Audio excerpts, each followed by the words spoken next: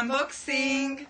Anyukám Játékszigetnél dolgozik, és voltak olyan cukik, és küldtek nekünk ilyen illatos plüsseket, szóval bontsuk ki.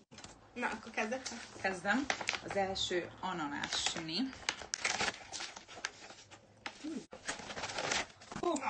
De kis cuki! Na, szaglásszuk meg. Ananász illata van, és azt kell tudni, hogy amúgy mindegyiknek egy különfajta illata van. Igen, és 100%-ban újra hasznosított, szóval. Környezetbarát. Is. Na, Kövi ez a kis béka. Páran hívnak engem békának, szóval én ezért ezt választottam.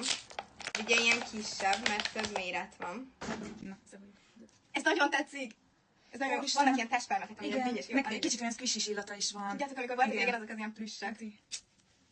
Na és az utolsó, az cherry cini, amúgy én erre vagyok a legkíváncsibb. Your cherry fic. Jól mondtam.